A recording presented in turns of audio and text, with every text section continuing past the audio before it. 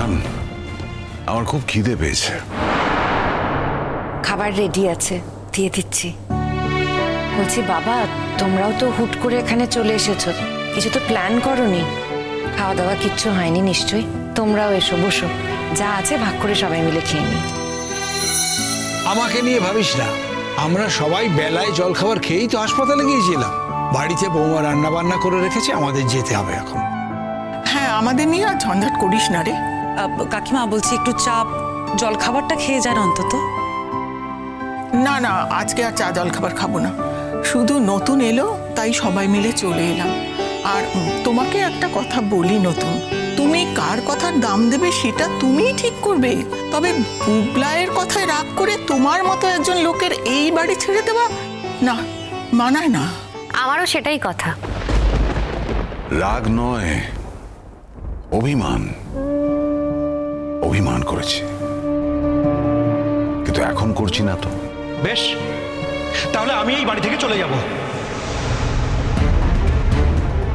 চাবিটা কোথায়? সেই কৈফিয়তকে আমি তোমায় দেবো নাকি? আলবাত দিবি বুবলাই। ছোট থেকে মানুষ করেছি, এতটা বড় করেছি, এখন তুই লায়েক হয়ে উঠেছিস, সেটা আমার জন্য। তাই কৈফিয়ত চাইলে তুই কৈফিয়ত দিতে আলবাত বাধ্য। বয়স অনুযায়ী তুমি অ্যাডাল্ট হয়েছো বুবলাই, কিন্তু মানসিকভাবে অ্যাডাল্ট হওনি। বুড়িমা, আজ আর চাটা খাবো না, ঠিক আছে? আজ আসি, অন্য একদিন এসে বেশ জমিয়ে খেয়ে যাবো, ঠিক আছে? সবাই চলে যাচ্ছ? হ্যাঁ, সবাইকে নিয়েই যাই। আসলে রশ্মি রান্না বান্না করে বসে আছে তো। আরে এই বাড়িতে যখন আসি তখনই তো খাই, আর এমন কি? বুড়ি, আজকে যেতে দে আমাদের প্লিজ। কাকুন, তাহলে যাওয়া যাক, চলো। হ্যাঁ বাবা চলো, মা যাবে তো? চল বুড়ি, এলাম রে, সবাই এলাম। হ্যাঁ আসছি। বৌদি ভাই, আমি তাহলে খাবারটা গিয়ে রেডি করি। হ্যাঁ, আমি বরং হাসপাতালের জামা কাপড়গুলো ছেড়ে ফেলি, বুঝলে? সেই ভালো। মা, তুমি আজকে প্রমাণ করে দিলে যে তোমার ছেলের সঙ্গে একজন বাইরের লোকের কোনো ফারাক নেই। এটা কিন্তু আমি মনে রাখবো।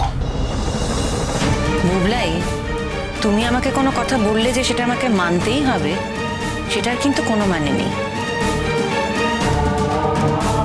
আর তুমি যে মানুষটাকে বাইরের লোক বলছো, আমি তাকে কোনোদিনও বাইরের লোক বলে মনে করিনি, ঘরের লোক বলেই মনে করেছি। আর সেই জন্য তোমাকে আমি বাইরের লোকের সামনে শাসন করছি না, ঘরের লোকের সামনেই শাসন করছি। আর ভবিষ্যতেও তাই করব। যতদিন এই বাড়িতে আছিস ততদিন এই শাসনটা থাকবে বুবলাই। এ বাড়ি ছেড়ে চলে গেলে আমি আর তখন কিছু বলবো না।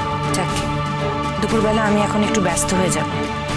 নিশ্চয়ই তোর খাওয়া দাওয়া হয়ে গেছে, উপরে গিয়ে শুয়ে পড়।